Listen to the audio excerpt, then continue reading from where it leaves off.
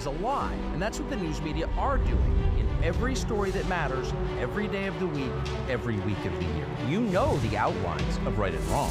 You're born knowing them. When honest people say what's true, they become powerful. The liars who've been trying to silence them are out free.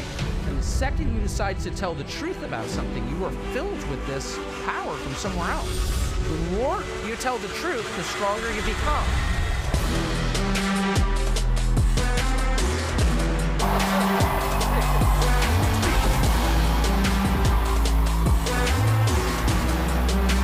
Amazing. Thank you. Oh my gosh. Thank you for having me. Yes! Thank you. The smoke machines are so affirming. Wow, this is, thank you for having me.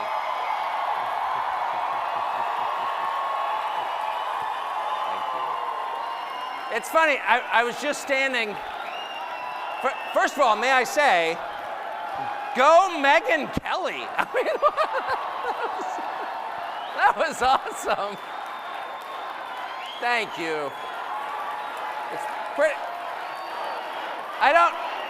Thank you. I don't think most unemployed people get a reception like that. And in a recession like this, to find yourself without a job and people still being nice to you is like unbelievable. I was standing on those stairs. No, I have a job. I'm just kidding. Well, I love you too. Thank you. I was standing on those stairs and I saw the intro and I was like, that's the most TV I've watched in 3 months. And I have to say, it feels absolutely great. Thank you very much for having me.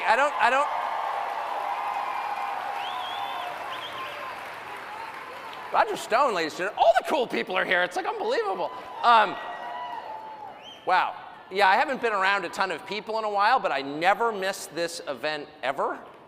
And I meet the nicest people really that I ever meet at these. So thank you for having me. I just flew in from Iowa. Thank you.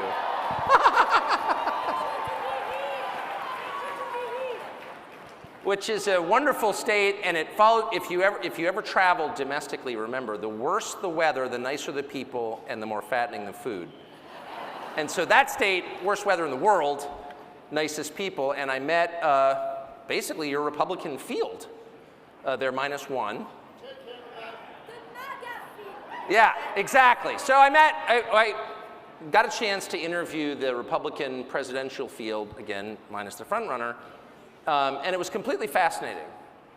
And as it always is to be around politicians, politicians are a group that I despise on principle because they tend to be soulless and have kind of barren and sad personal lives, and so they, spend their days trying to win affirmation from people they've never met. It's pathetic. But in real life, no, it's true. They all have alcoholic or abusive fathers to whom they're trying to prove something. But in practice, in person, I mean, they're all super charming. I mean, there's not a politician in the world who's not charming. That's why they went into this business. It was either that or selling cars, and this was more lucrative, so they went into it. So I like almost all of them when I meet them. I mean, you can't not. They can talk about anything.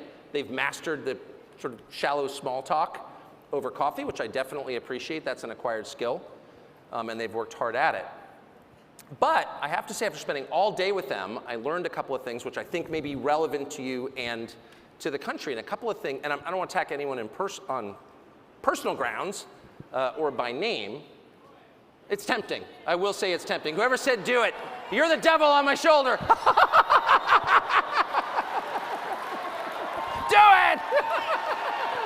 I've spent my whole life. No. But if I could make some general observations, which I think are more edifying than just like savaging Mike Pence, I think, which I'm not going to do, because that would be wrong, and it would be wrong because it's too easy. And the easy things are not rewarding, are they? You don't feel good when you beat your 5-year-old in soccer or ping pong. Like what? But I did learn a couple of things. It was super, super interesting. The first thing, I guess I already knew it, and you know it already, that's why you're here, which is the spread between the things that Republicans in Washington, the people you vote for and put there, care about, like actually care about, you know, pretend to care about a lot of things, but the things that really touch them off, that matter to them, very different from the things that matter to the people who vote for them. And you kind of thought that would change, you know, because we did have an event several years ago where Republicans elected a guy basically on the promise to blow up the Republican Party, and you thought, you know, that would get their attention. If your wife runs off with the pool boy, it's like time to reassess your skills as a husband. Like, you got to pause just for a moment and be like, yeah, it's bad, but maybe I contributed to her behavior. Most self-aware people, and I'm being serious, ask themselves that question. Like, how was I responsible for this bad thing that happened? But there's been literally none of that. It's been all blaming the pool boy in Washington. So I don't see that changing at all. Maybe it'll take a next election cycle to do that. But the second more interesting thing I learned is that almost everybody, not everybody, but almost everybody in elected office in the Republican Party has internalized the other side's rules for debate. And if you think about that, there's no really more self-defeating way to go into politics or life than to accept the terms that your enemies offer before the conversation's even begun. Because there's really no winning. In other words, if you and I are arguing about something, but I've already decided you're right, probably not gonna get very far, right? And you see this on the big issues. In fact, the biggest issues without variation. It's always the same. The Republican goes in knowing in his heart he's wrong. And I feel like there are probably a substantial percentage of Republican voters who do the same without knowing it because they don't have any idea it's happening. So for example, during COVID, there were people who didn't kind of play along. We knew what the rules were. And every organization in American life, every large group of people in American life, from, well, really from your government to the entire media, in some cases your church, we're all telling you the same thing. Here are the rules. If you are a good person, you will follow these rules. You will mask, you will separate, you will stay at home, you'll take our shot. No, we have no idea what's in it. We don't know its long-term effects, but shut up. This is a moral test, and if you want to pass, you will obey. And there will be people who decide to opt out, but they are, and everyone agreed on this, moral criminals. They're outlaws. And it's, well, I mean, given there's a certain sort of outlaw who's proud of it. They're sitting over there, they're standing right here. I mean, there are always some people. There are always some people who are going to be or gifted with whatever that weird gene is. It's like 8% of the population who are proud to like stand apart and be like, no. But most people, including most good people and most sensible people, don't want to be in that 8%. You know what I mean? They just don't. They don't want to be cast out of the tribe, actually. I don't know what you said, but I agree with you. I'm the only speaker who likes being shouted at. Anyway, but that's it. But the problem is nobody pushed back on the fundamental terms. Like, wait a second. You know, is there evidence for this? Do you know this to be true? Don't Americans have an inherent, which is to say a right they were born with, an inherent right to make their own decisions about how they live on the most basic level, what medicine they put in their body, where they travel? Nobody said that. And of course, the media never presented that as an option. You saw this in the war in Ukraine. It began, and the first thing you knew, I mean, you could have like divergent opinions, I guess, about which weapon systems to send, but you were told at the very beginning that, you know, Russia was our enemy. One thing we know about this is that one side is bad and one side is virtuous. And, you know, I think a lot of decent people would reach that conclusion independently. I'm not contesting that. I think it's completely fair to think Russia's bad and Ukraine's good. But it's also within bounds to not agree with that. Because if you're an American, you have the right to decide who you hate. okay? That is a fundamental right. No one is allowed to force you to be mad at somebody else. If you're an adult, you get to decide. And you get to decide on the basis of whatever criteria you want. And it's totally fair to say, well, I don't know. I'm not mad at that person. You're not a criminal for thinking that. It's not a criminal act not to hate somebody. So it's totally fair to say, well, wait a second. You know, it's not an expression of love for Russia to say they haven't killed any Americans. Why is that crazy? That's true. I said to one of the candidates yesterday, I mean, look, I've never been to Russia. I'm not that interested in ever going. I don't speak Russian. I'm born in this country, kind of probably plan to die here. Hope to. But let's just do the body count. So what's the total number of Americans murdered by Russia in the last 3 years? I'm thinking, I'm not great at math. I think it's around 0, in that range. I don't know any. I do know 2 people well personally who've died from fentanyl that was manufactured in Mexico and allowed by the Mexican government to come here. Now, I'm not against Mexico. I grew up right next to it. I kind of like Mexico, actually. But the Mexican government allows that. And over 100,000 Americans die every year from that poison. Not because they were drug addicts who took too much, but because they were poisoned. Because they were taking a pill they thought was something else, and it turned out to be fentanyl, manufactured in Mexico and allowed by the Mexican government to come here. And so that's 100,000 a year. That's hundreds of thousands of Americans dead, mostly young people. Well, or sure, or more. Or more. So if you had a country that allowed hundreds of thousands of your fellow citizens to die at, say, age 23, and I'm sure every person in this room knows someone or knows someone who knows someone who's died. It's not some abstract epidemic.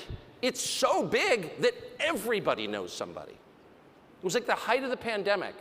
An outlaw I know, possibly my wife, said to somebody, how many people do you know who've died of COVID? And I was like, well, you know, a lot. Well, who are they? Well, like a friend of mine's, her grandparents died. What was her name? I don't know, his grandparent. How old was she? Well, you know, late 80s. Okay. How many people do you know who've been injured by the vaccine? Well, a ton. So, I don't know, at a certain point, you can draw conclusions from that. A scientific assessment? No, but it's not irrelevant. So on the question of Russia, if you begin the conversation with, this is an evil country that has hurt America and we have to go to war with them, well then there's kind of no debate about it, is there? I mean, no one would defend Nazi Germany. They killed many tens of thousands of Americans. You can't defend them. No decent person would defend that. But in the case of modern Russia, you're not even allowed to think that. And once you're prevented from thinking something, you are completely controlled by the person who's convinced you of that. And the effects of this to me, just as an observer, I mean, in my life, I just try to stay unaffected by the propaganda. That's like the main goal of my life every morning. Just to stay unaffected, just to look around and try to assess things cold. What are we looking at here? You don't have to be a genius to do that at all. It doesn't even, I'm not a genius, that's for sure. But just look out and like, what does this look like? Drive across America for 3 hours. Is this what you remember from 5 years ago? Does it look better or worse? Are there more people sleeping on the street? Is it dirtier? Is there graffiti? Graffiti? Ooh, graffiti. What is graffiti? That's not art. It's vandalism. And when it's allowed to stand, what does it say? We've given up. We don't care.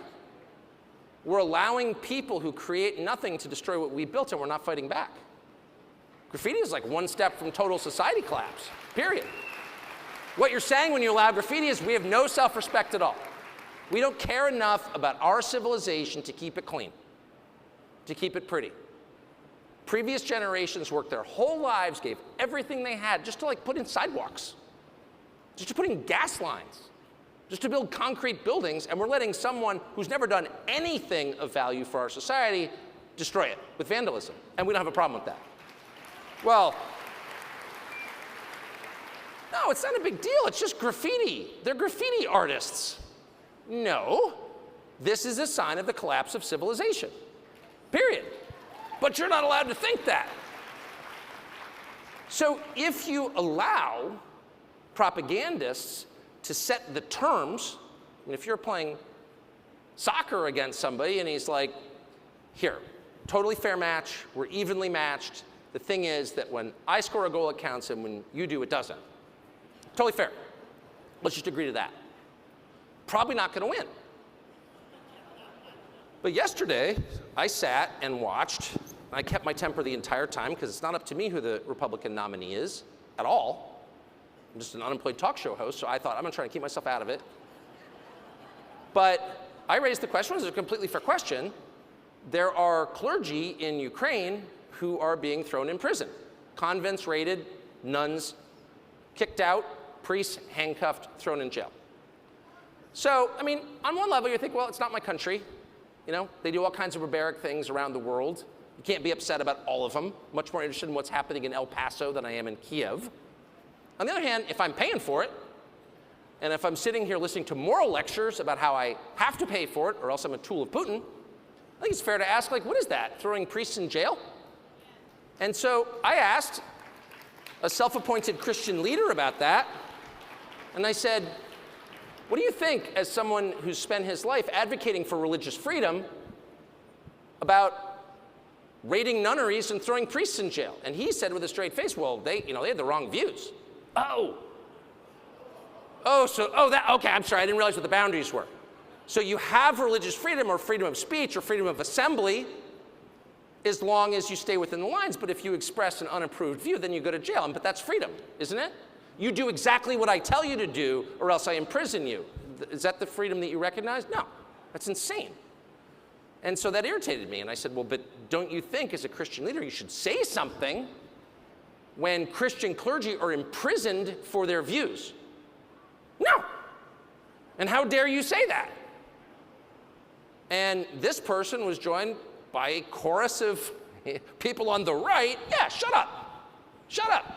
National Review wrote a piece this morning. Shut up, it's bigoted to notice that Christian clergy are being imprisoned in Ukraine. And my view would be, maybe you care, maybe you don't, but if you're a Christian leader and Christians are going to jail for their views, you are required to say something.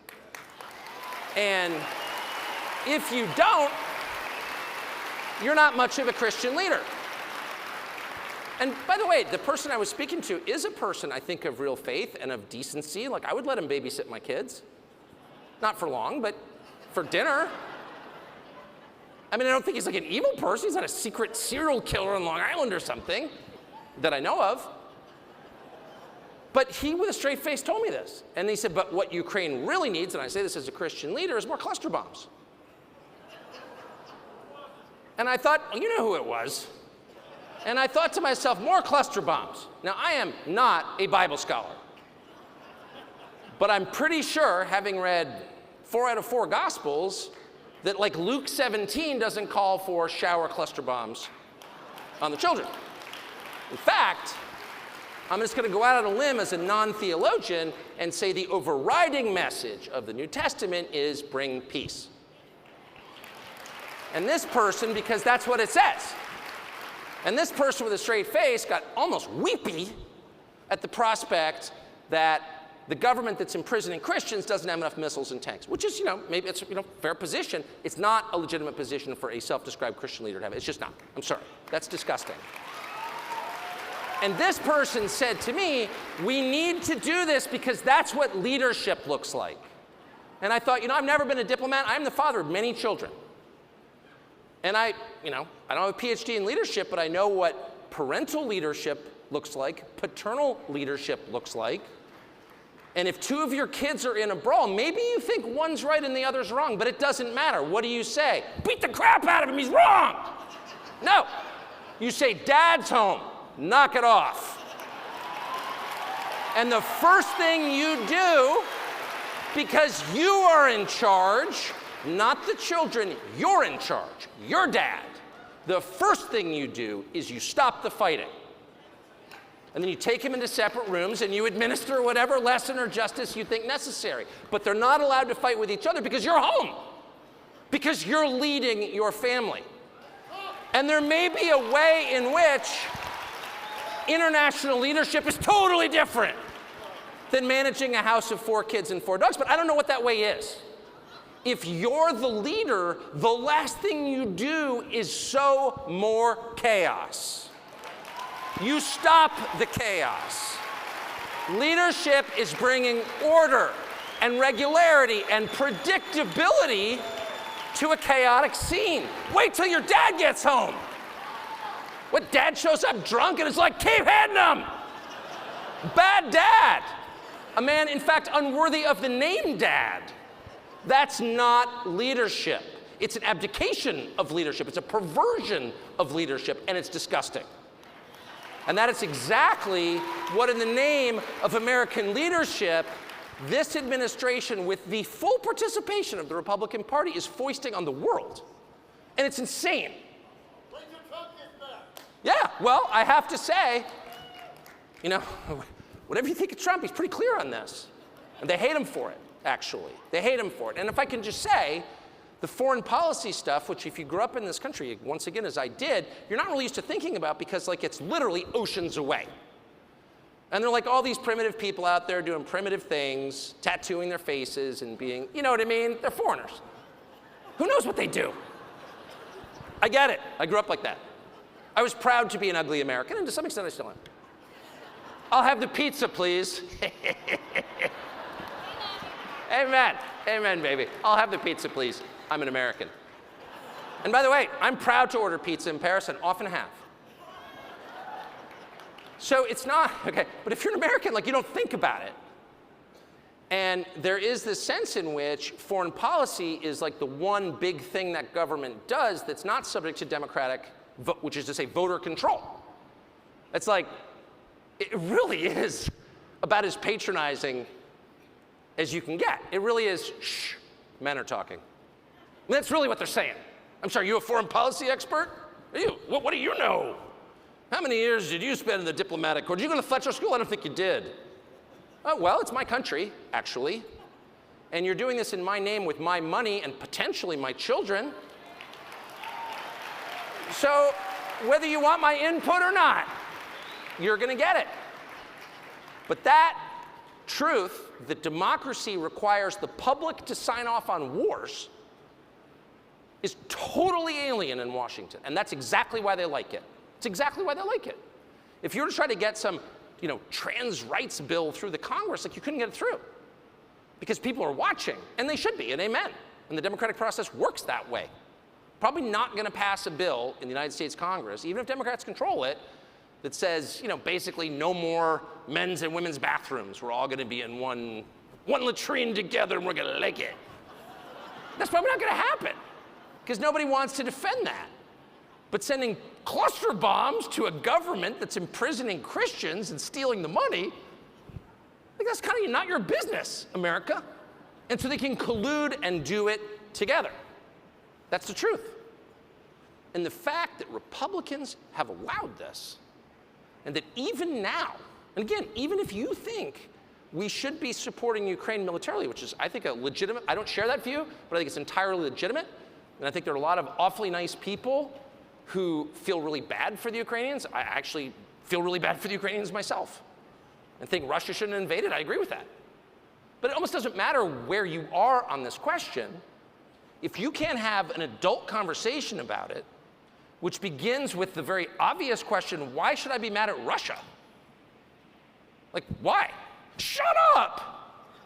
If the answer is shut up, or if the answer is to accuse you, an American citizen who loves your country, whose ancestors fought to defend it, of disloyalty to your country by people who care not at all about the United States, it's too much. It's just too much. It's too outrageous to stand. But what I will tell you, if you want to know what really, really matters to them and to you and to the future of the country, consider the things that you were not allowed to say. I noticed this right after January 6th. I'll never forget it as long as I live. As a very literal, not super quick, not highly clever person, I was completely content to believe January 6th was what it looked like to me on TV, which is a bunch of angry people who thought the election was stolen from them, who appropriately went to confront the people they thought stole it. So like George Floyd gets killed and all of a sudden they loot Foot Locker. What did Foot Locker have to do with it? I will say, in Republican primary voters' defense, they were mad at the Congress. They went to the Congress. They didn't loot any liquor stores. They just went right to the source. That's true. It wasn't like, oh, they stole the election from us. Let's loot Macy's. All right. But anyway, so I saw this and I was like, yeah, okay, it was people super mad. They thought the election, I mean, this was January 6th, so like, it was, you know, it took a long time for me to figure out what happened, just being honest.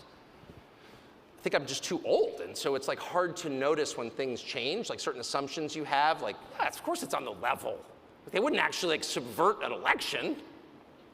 And as someone very smart said to me, really, people kill each other over insurance claims?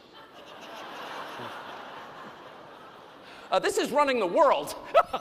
Like, what wouldn't they do? Oh, right, good point. Anyway, but I just kind of didn't think too much about it. Like, I'm definitely opposed to vandalism. Anyone who breaks windows is not my friend. I hate that. Have you ever glazed a window? You ever put in a window? It's really hard. I mean it. If you don't think it's hard, try it. You get the size wrong, it doesn't fit, put little pins in, it's ridiculous. It's like an all-day affair to replace a divided glass door. Anyway, so I don't like that at all. And I said that, I don't like it. And within like about an hour, I heard people say, well, that was a racist insurrection. And I was like, really? I didn't know race had anything to do with it. I didn't hear one person say a word about race, and an insurrection, call me literal, is when armed people try to overthrow the government. That didn't seem to happen either. So I just pretty innocently said, you know, bad, probably not a racist insurrection. What? Shut up! Racist insurrectionist? And I remember thinking, well, you know, obviously people are feeling hated. But like in a week or so, when, you know, the emotional devastation of this second 9/11/Pearl Harbor wears off, people calm down and come to their senses, and you can have like a rational conversation. Trip West, I see you in the front row. Sorry, I just saw a friend of mine sitting right there.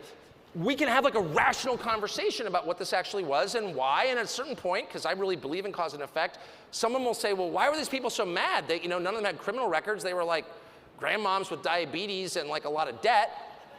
They're the least powerful people in our society, like legit the least powerful. And why were they so mad? Like, why did they take the bus from Tennessee to go jump up and down in front of the Capitol? Like, something probably had better things to do. And then maybe if they think that the election wasn't fair, we will sit them down in a very calm, rational way and be like, I get it. We said that Biden won by 81 million votes. There's 15 million more than Barack Obama. It seems like a lot. Considering he didn't campaign and he can't talk. But you know, there was just something about him. It was that magic, and you know, maybe you didn't feel it. It's like pistachio ice cream. It's not a flavor for everybody. But the people who like it really like it, 81 million. So settle down. And by the way, we have the source code in the voting machine software, and we've looked at it. And it's totally on the level. We've double checked. We wouldn't let like an electronic voting machine hide their software from us. Like, never do that. And the drop box is like totally monitored by law enforcement. And every person who voted had to prove he was who he said he was with a government issued ID. Like, settle down. And I would have said, fair enough, because I want to believe in our elections. Who doesn't? And in fact, the people at the Capitol on January 6th are exactly the ones who most want to believe in our elections. They're the ones who carried the pocket constitution. How many CNN anchors like deeply believe in the American political process? They put you in a camp if they could. Shut up. They have no interest in the process at all. But the people who really believed in it were naturally the most shocked and the most upset to believe it wasn't real.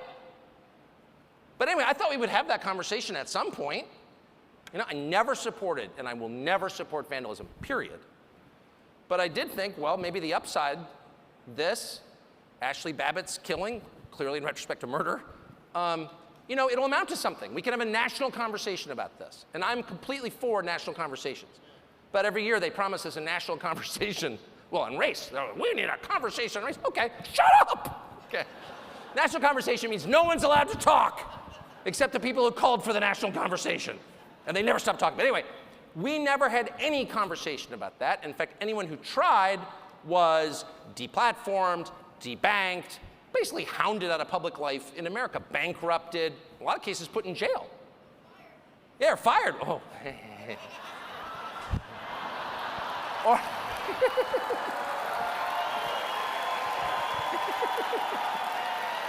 pretty funny. Anyway, excuse me. Sorry, I was so into it, I like lost all self-awareness for a minute. Sorry. But we never, not only do we not have that conversation was literally banned. Now it's in the guidelines of most of the big social media companies, you can't have that conversation. So I would make a couple of points. And the most obvious one is, any country that doesn't allow a free discussion of the process by which its leaders are elected is not a democracy, by definition. A country without free speech is not a democracy. Free speech is a prerequisite to democracy. You can't have it without it. You can't have a dinner party without dinner. You can't have a democracy without free speech, period. So there's that. So whatever you tell me, and by the way, it's so interesting, and narcissists are this way, the projection involved. It's like whatever it is they're doing, and I mean at a precise level, is exactly what they accuse you of doing. You're attacking democracy. Really, I like democracy. Democracy would give people without money and without a TV show some voice in how they are governed. Therefore, I'm for it. And they want exactly the opposite. So the middle class in America, which has been not the majority since 2015, an anniversary that nobody noticed, has less economic power than it's ever had. That's why Trump got elected, in my view. And now it has less political power than it's ever had. So if you are taking power away from large segments of your population, you are by definition attacking democracy. That's exactly what you're doing. There's no other name for it. So that's the first thing I noticed. In the name of defending democracy, we took away the things we need to have democracy, which is our core freedoms guaranteed in the Bill of Rights. Just as in our war for democracy, we are supporting a government, paying for the entire government that has banned opposition parties, put opposition leaders in jail, shutting down free speech, now shutting down an election, and putting dissident priests in prison. It's such a democracy they don't have elections anymore. That's how pure a democracy it is. But the second thing, and what's I think more applicable to this conversation, I learned, is that their response was the tell. If you want to know what they care about, if you want to know what's important, listen to how they respond when you say something unapproved about it. So if you were to, I don't know, write a post on Facebook tonight and say, I think Papua New Guinea is the most powerful nation in the world, you would get not a single response other than someone's been smoking weed again. No one would care. It's like demonstrably untrue. That's why the flat earth people have been able to cruise beneath the radar for so long. Because and by the way, I'm not discounting that possibility for the record in case any are here, because I am an open-minded man. Present me the evidence of its flatness and I will amplify it. But the point is, when something is clearly or very likely untrue, it poses no threat to anyone. What's scary and what will elicit a response are true things. No one is punished for lying. People are only punished for telling the truth. You could literally wake up tomorrow, move to the Bahamas, start a fake cryptocurrency, defraud 1 million investors around the world of billions of dollars. I'm just saying you could do it, and I'm not recommending it. Note to the FEC, not recommending it. But you could do that, and you could get caught, and people might have like a balanced view of you. He's really smart, good guy. Got a little over his skis, as we say. But like, I'm not gonna hate on him, right? We all make mistakes. Like, who here, raise your hand if you haven't defrauded 1 million investors with a fake cryptocurrency. Okay, there are some. You cast the first stone then. Those kinds of crimes, which is to say actual crimes, like burning down buildings, impoverishing people, starting totally counterproductive wars we can't win that kill a lot of our citizens, leaving the border open so 7 million people can walk across. Those are not small things. That's not all like forgetting to fold your napkin correctly at Thanksgiving. Those are like actually kind of world historic crimes. Never punished. What are the crimes that are punished? Thought crimes. Thinking the wrong thing, having the wrong beliefs, saying unapproved words. And those words are always true. They are always true. So when you hear somebody, and by the way, it's so hard to know what's true. I mean, often, to the extent I ever talk to people, which is fairly rarely, no, but like, going through an airport or something, I hate the news, it's all so dishonest. Where do you get your news? And I always try to be honest and say I don't get any news. I don't read any news. Are you joking? I haven't had TV in like decades. I wouldn't read the New York Times at gunpoint. I don't want that in my head. Do you know what I mean? It's like worse than porn. It's horrible. And it's just bad for you. You know, you don't put untrue things in your head on purpose. So how do you know what's true? Well, that's a great question. And in fact, it's like the only question really in life. And the honest answer is you can't really know because you're not God. And so I think it's super important to approach everything with the requisite humility, acknowledging that these things are very complicated and you can't really know. And at some point, probably the second you die, you will know. And that's definitely the upside of dying, in my opinion. But in this life, you can't, and you're never going to, and you're a lunatic if you think you can imagine the future or divine the precise truth about anything. Because you can't. And by the way, anyone who thinks he can is likely to become Mussolini. Like, that's a bad path. If you wake up in the morning and think, I'm the only person who possesses the truth, you are clinically insane. So seek help. But within the bounds of our abilities as people, you can get pointed in the direction. Where's the North Star? You can get there. And how do you know? And it's really simple. Who are the thought criminals and what are they saying? What are they saying? They're saying crazy things like the water's turning the frogs gay. What a crazy person. Let's make him pay $1 billion. Water's actually turning the frogs gay, that's true. Turns out. Years later they tell us. Turns out it's true. Yeah, it's actually true. I'm not endorsing any specific person's theories about anything. But I am telling you that the people who censor your words and thoughts have this is one thing I'll say about them, they have a very precise and well-calibrated sense of what's important. They know. These are not frivolous people. They can smell like your dog can smell. Like your parents could smell in high school if you smoked a Marlboro. They know what's important. They don't waste any time in the unimportant stuff. And so I would honestly say a lot of the debates we have, and certainly a lot of the ones that I've engaged in, probably diversions from the things that really matter, honestly. And that may account for why every time I was out of the country last week and I came back and I feel like I've got a duty to be up on the news, to read all these texts, and like everything I read is like a new height of insanity. I'm like, that is the Mount Everest of lunacy. It can't get any crazier than that at all. Breastfeeding men or whatever. You know, we're gonna give back Nebraska to an Indian tribe that no longer exists. We're not doing that, by the way. Omaha's safe. But I'm just saying, every one of these stories enraged me.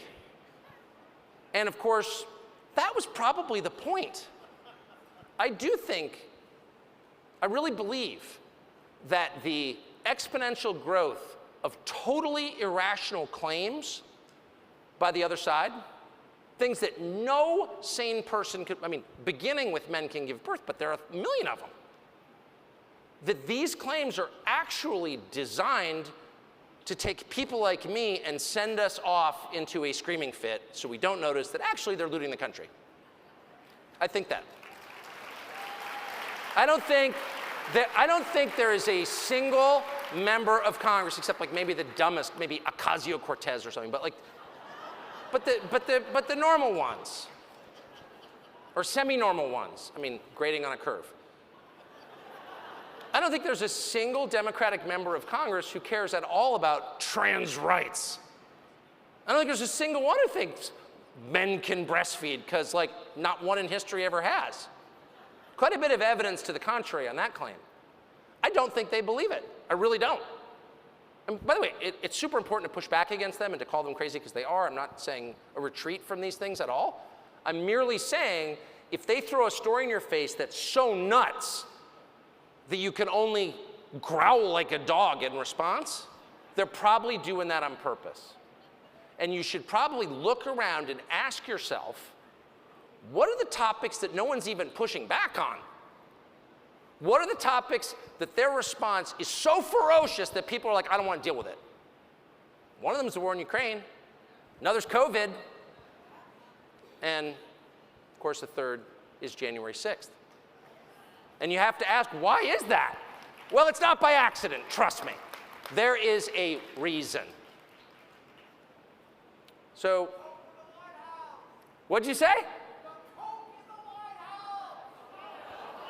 I don't know what, you know what, the thing about that story, it's just a mystery to me. No one was more shocked than I was. Are you serious? In the Biden White House, somebody left an 8-ball of cocaine in a public, I was like, I said to my wife, it's just not in character, you know? I just don't believe it. It's clearly a setup. I went right back to Marion Barry and I was like, somebody set you up. I'm serious. It was, you know what I mean? It was like, it was so, I'll stop with it. That was my favorite story of all time. Because it just explains all the behavior. It really does. I mean, I worked in the media business for my whole life, so I know what the behavior looks like. But it's like crazed and grandiose. I've got a plan. You're not going to believe it. It's unbelievable. It's going to totally work. What we're going to do is we're going to totally rearrange everything, okay? We've been doing things a certain way for a long time, okay? And it's worked, but I've got a better plan.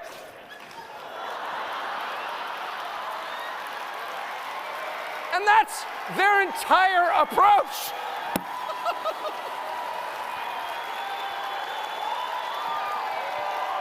So if I could just give you one piece of advice, after 27 years in the television business, don't trust a man with numb gums. Thank you.